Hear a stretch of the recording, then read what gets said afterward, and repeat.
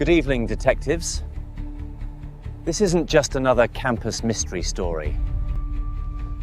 What happened in room 213 last Tuesday changed everything we know.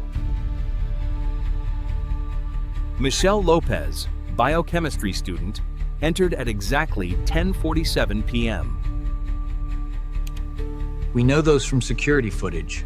What we don't know is why. Why she never walked out of that room alive that night. 3 distinct screams at 11:13 p.m. 2-minute security response. When they arrived, only evidence of violence remained inside. A scattered notebook, broken phone, and blood drops that seemed to vanish. 26 minutes. That's all it took for Michelle Lopez to disappear.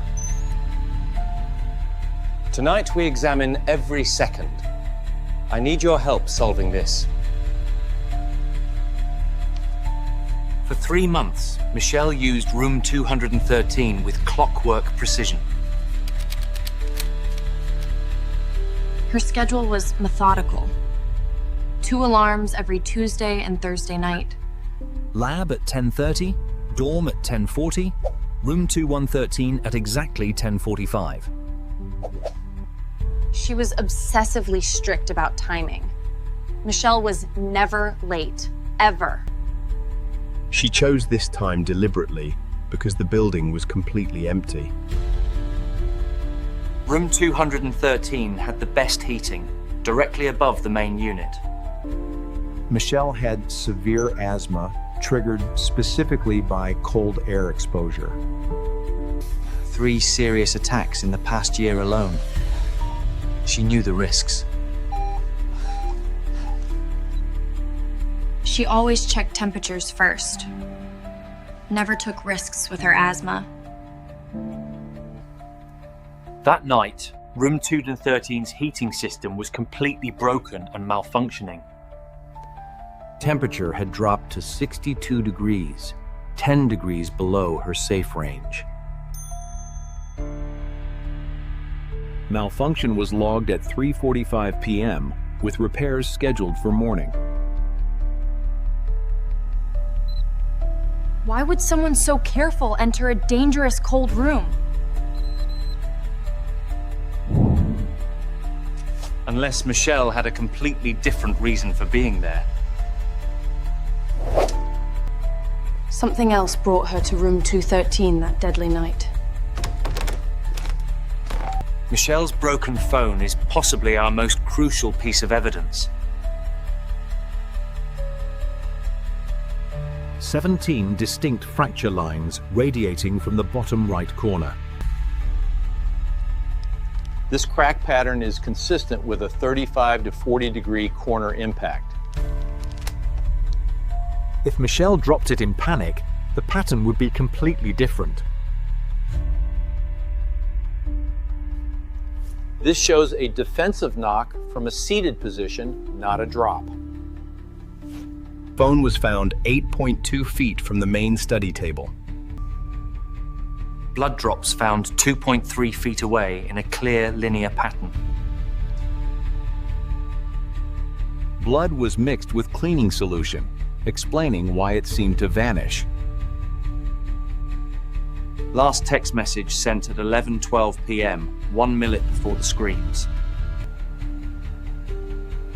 Michelle's weren't the only fingerprints found on that phone.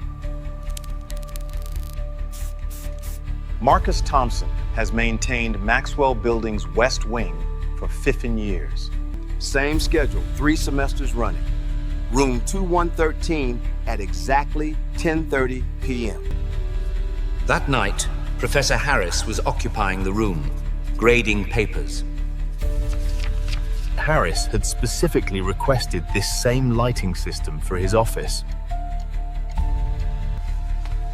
Had to clean early that night. The professor was working late. Papers spread across 3 desks for one person. Seemed really odd. Marcus observed unmarked manila envelopes, unusual for simple grading work. Security footage shows Harris left at 10:15 p.m. carrying his briefcase. One envelope was left behind and never recovered by authorities. 32 minutes with no camera coverage. Only access logs exist.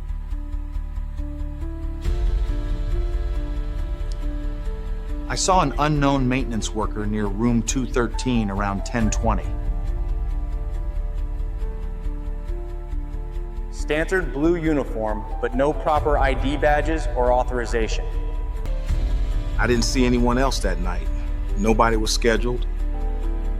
But security footage from a distant camera shows a matching description. Was this connected to Michelle's disappearance or mistaken identity? Michelle's composition notebook may hold the final clues to this mystery. Complex protein synthesis pathways and molecular binding properties filled the pages. These equations directly relate to Professor Harris's groundbreaking research project. 3 months ago, Michelle approached Harris about independent study opportunities. The research is far too advanced for undergraduate students like yourself. Michelle's scholarship was in serious jeopardy due to failing organic chemistry. The research assistant position was worth $2,000 per semester. Michelle had been secretly studying Harris's published papers for months. Red ink message. 10:45 p.m. Tentus must show results to Harris. She was planning to present her unauthorized work to prove herself. She lent me money regularly. $800 total over 2 months. Michelle texted me, "Need the money back by Thursday. Got an opportunity." He was completely obsessed. Working nights, weekends, talking about interference. Someone has been interfering with my research project. I know it. Marcus's keycard accessed room 213 3 separate times that night. Just checking if I left my cleaning supplies behind. That's all. 3 suspects, each with clear means, motive, and opportunity for violence. Who is responsible for Michelle Lopez's disappearance from room 213? Leave your theories in the comments. Remember, obvious answers aren't always right. The evidence points in multiple directions.